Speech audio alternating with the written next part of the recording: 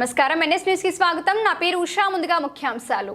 హుజూరాబాద్ నియోజకవర్గం కమలాపూర్ మండలం మర్రిపల్లిగూడెం గ్రామంలో Amrita hospital, Aditya multi specialty hospital, Jammikunta వైద్యులు నిర్వహించిన ఉచిత మెగా వైద్య శిబిరానికి విశేష స్పందన లభించిందని హాస్పిటల్స్ మేనేజ్మెంట్ ఎల్కా దేవేందర్ రెడ్డి తెలిపారు.